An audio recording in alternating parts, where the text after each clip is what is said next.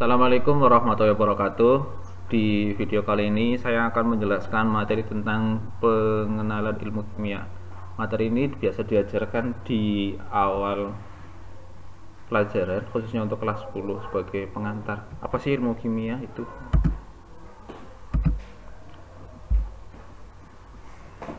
Yang akan dibahas di sini yaitu manfaat belajar kimia, kemudian materi dan peranan ilmu kimia di kehidupan sehari-hari. Apa sih yang kalian ada di bayangan kalian ketika mendengar kata-kata kimia?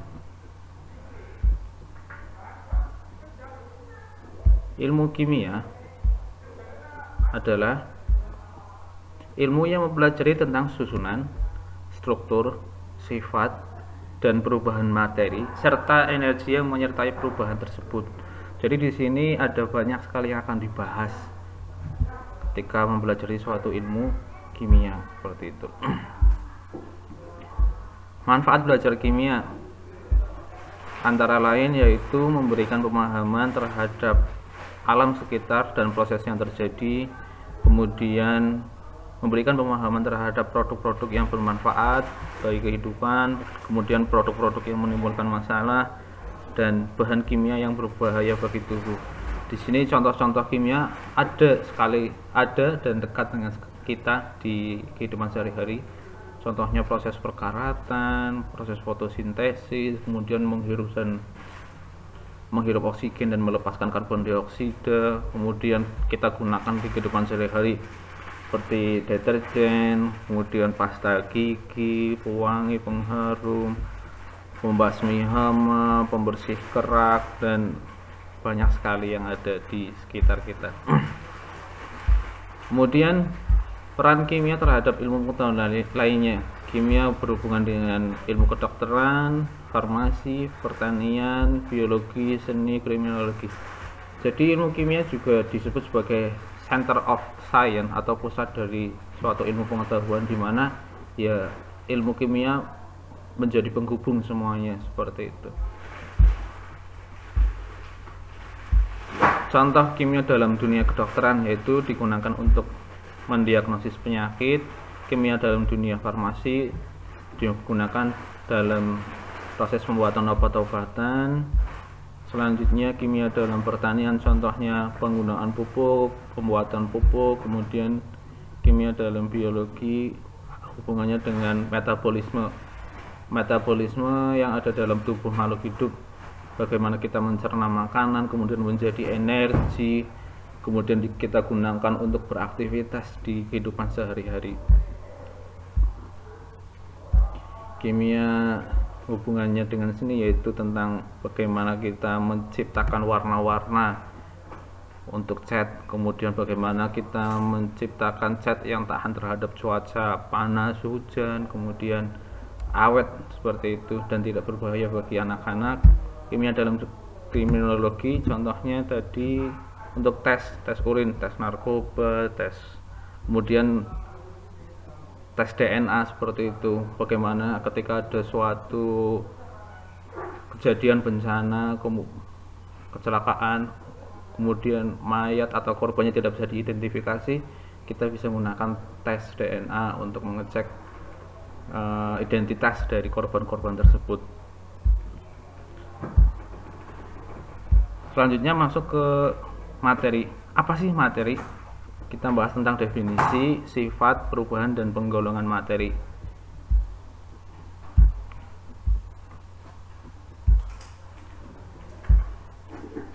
Materi adalah segala sesuatu yang memiliki massa dan menempati ruang.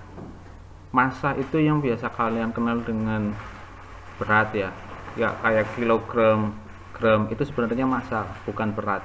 Kalau berat itu satuannya adalah newton.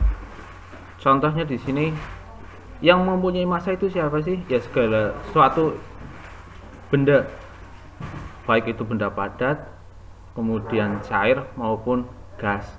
Gas itu juga mempunyai massa. Contohnya saja kalian tiup balon ya. Di situ kan ada gas.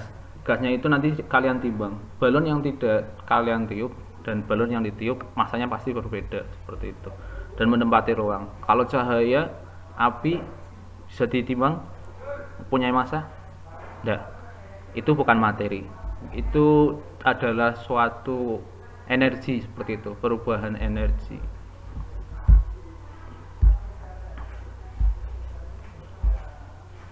Sifat materi.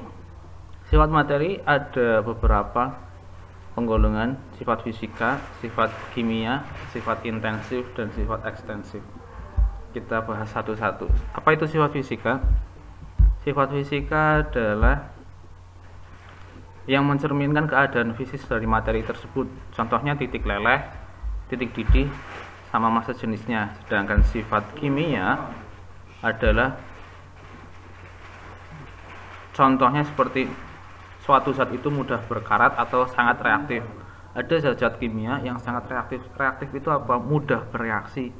Nanti ketika masuk ke lab saya tunjukkan bagaimana ada logam yang ketika kena air ya dia akan langsung bereaksi, menimbulkan percikan api dan sebagainya, seperti itu. Kemudian ada sifat intensif, yaitu sifat yang bergantung pada jumlah. Contohnya massa. Kalau jumlahnya sedikit ya massanya sedikit, kalau jumlahnya banyak massanya banyak. Kemudian volume termasuk sifat intensif. Jumlahnya sedikit, volume sedikit. Jumlahnya banyak, volumenya juga banyak. Ada sifat ekstensif, yaitu sifat yang tidak bergantung pada jumlah. Contohnya warna dan massa jenis. Air 1 liter dengan air 2 liter, ya massa jenisnya sama, seperti itu. Kemudian misal cat 1 liter dengan cat 5 liter atau 25 liter, ya warnanya sama, tidak akan mempengaruhi. Yang berbeda adalah massanya sama volumenya, bergantung pada jumlah. Kemudian sifat ekstensif tidak bergantung pada jumlah. Selanjutnya perubahan fisika. Perubahan fisika adalah perubahan yang tidak menghasilkan materi baru dan hanya ada perubahan wujud. Contoh yang paling gampang adalah perubahan fisika, yaitu air. Air ketika mencair, zatnya masih sama air. Ketika membeku menjadi padatan, zatnya sama, hanya wujudnya saja yang berubah. Kemudian ketika menguap, zatnya sama air, hanya wujudnya yang berubah, padat, kemudian menjadi cair, kemudian menjadi gas, kemudian bisa berubah-ubah lagi. Contoh yang lain adalah pelarutan. Maksudnya apa? Contoh pelarutan adalah kalian melarutkan garam di air, zatnya sama, air dan garam. Larutan garam itu hanya perubahan wujudnya saja, zatnya masih sama. Larutan gula, zatnya sama, air sama gula, tidak ada yang berubah. Itu hanya perubahan fisik.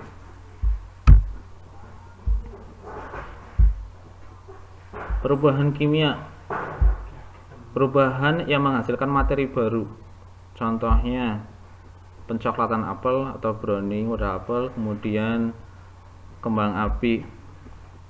Ketika terjadi perubahan kimia, kita tidak bisa mengembalikan ke zat sebelumnya. Bedanya perubahan kimia dengan perubahan fisika. Kalau perubahan fisika, zatnya bisa berputar lagi.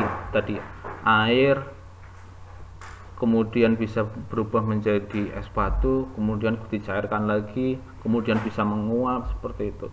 Prosesnya sama. Nasi menjadi busuk adalah contoh perubahan kimia, karena nasi yang sudah busuk tidak bisa dikembalikan lagi menjadi nasi yang segar, seperti itu. Buah yang busuk ya terjadi reaksi kimia. Intinya kalau perubahan kimia itu tidak dapat kembali ke wujud asalnya. Perubahan kimia atau reaksi kimia, ciri-cirinya yaitu ada 4. Terjadi perubahan warna seperti tadi browning pada apel atau pencoklatan pada apel. Adanya perubahan warna menunjukkan bahwa terjadi reaksi kimia di situ. Kemudian perubahan suhu, kertas dibakar, seperti itu. Kemudian pembentukan gas.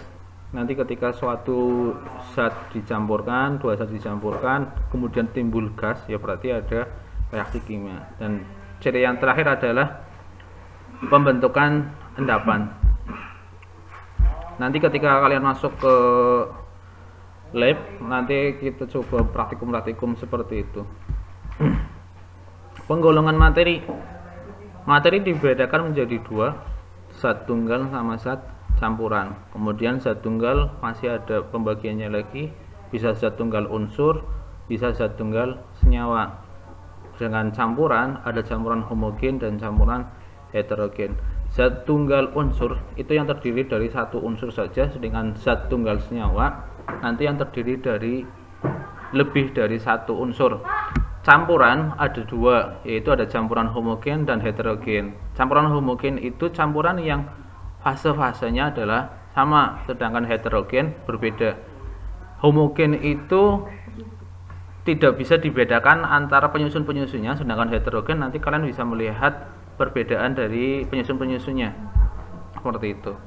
Kemudian di tengah-tengahnya ada koloid. Koloid itu antara campuran homogen dan campuran heterogen. Nah, unsur pun ada pembagiannya lagi, ada unsur logam, ada unsur non logam seperti itu.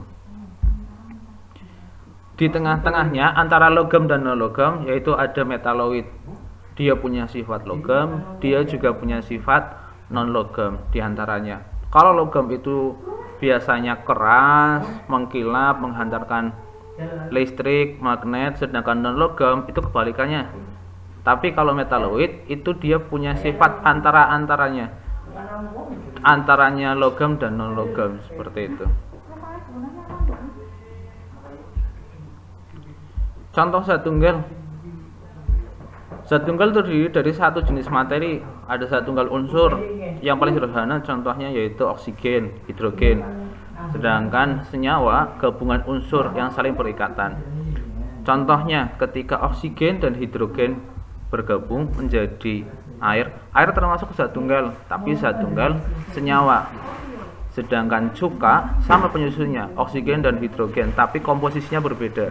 C-nya 1 hanya 4, C-nya 2 hanya 4 dan O-nya 2 seperti itu. Sedangkan zat tunggal yo oksigen saja, hidrogen saja seperti itu. Partikel senyawa penggambarannya seperti ini. Ketika air H2O, H-nya ada 2, oksigennya ada 1. Anggap saja ini yang lingkaran besar itu adalah oksigen, sedangkan yang kecil adalah H. Jadi atom oksigen mengikat 2 atom hidrogen.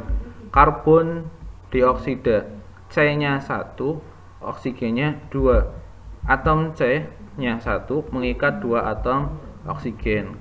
Kemudian garam dapur dengan rumus kimia NaCl, dia membentuk ikatan ion, ada ion positif, ada ion negatif, kemudian saling bergabung seperti itu. Partikel unsur yaitu penyusun-penyusunnya sama. Contohnya di sini ada unsur helium, gas mulia, ya partikelnya sama, satu jenis, ukurannya juga sama. Kemudian partikel unsur logam sama, hanya lebih rapat seperti itu. Tidak ada jarak antar partikelnya, itulah kenapa wujudnya menjadi padat, tidak ada rongga-rongganya. Kemudian molekul oksigen dan unsur non logam lainnya. Oksigen dengan lambang O2, oksigennya ada 2 saling berikatan. O2, O2, O2, O2, O2, O2 seperti itu. Kemudian campuran terdiri dari 2 jenis atau lebih materi. Ada larutan, campur, suspensi, kemudian ada koloid. Penjelasannya seperti ini. Campuran yang dimaksud larutan adalah campuran yang homogen, yang tidak dapat dibedakan lagi antara pelarut dan zat terlarutnya. Contoh, larutan sirup, air dengan sirup dicampurkan, kemudian diaduk. Kalian tidak bisa bedakan airnya mana, sirupnya mana. Larutan gula, larutan garam. Ketika sudah menjadi campuran yang homogen, kalian tidak bisa melihat lagi mana garamnya, mana gulanya, mana airnya. Kemudian ada suspensi, yaitu campuran heterogen yang antar zatnya dapat dibedakan tanpa mikroskop ultra. Contoh campuran heterogen apa? Ya campuran air dengan pasir. ketika kalian mencampurkan air dan pasir, kalian aduk, biarkan saja seperti itu, pasti akan terbentuk dua lapisan. Kalian bisa bedakan mana airnya, mana pasirnya. Kemudian ketika ada campuran yang tidak bisa kalian bedakan, kemudian bukan larutan dan bukan suspensi, yaitu koloid. Campuran yang keadaannya antara larutan dan suspensi. Kalau larutan itu bening, kalau suspensi kalian bisa lihat dua lapisan. Tapi kalau koloid itu campurannya ya keruh. Anggap saja kalian misal melarutkan melarutkan susu krim atau melarutkan susu bubuk, susu krim, kemudian kopi saset. Itu ketika kalian campurkan, itu larutannya tidak bening, itu larutannya keruh, dan kalian tidak bisa membedakan mana airnya, mana endapannya. Beda dengan suspensi. Antara larutan dan suspensi namanya adalah campuran koloid. Ya, untuk pertemuan pertama saya kira cukup seperti itu. Assalamualaikum warahmatullahi wabarakatuh.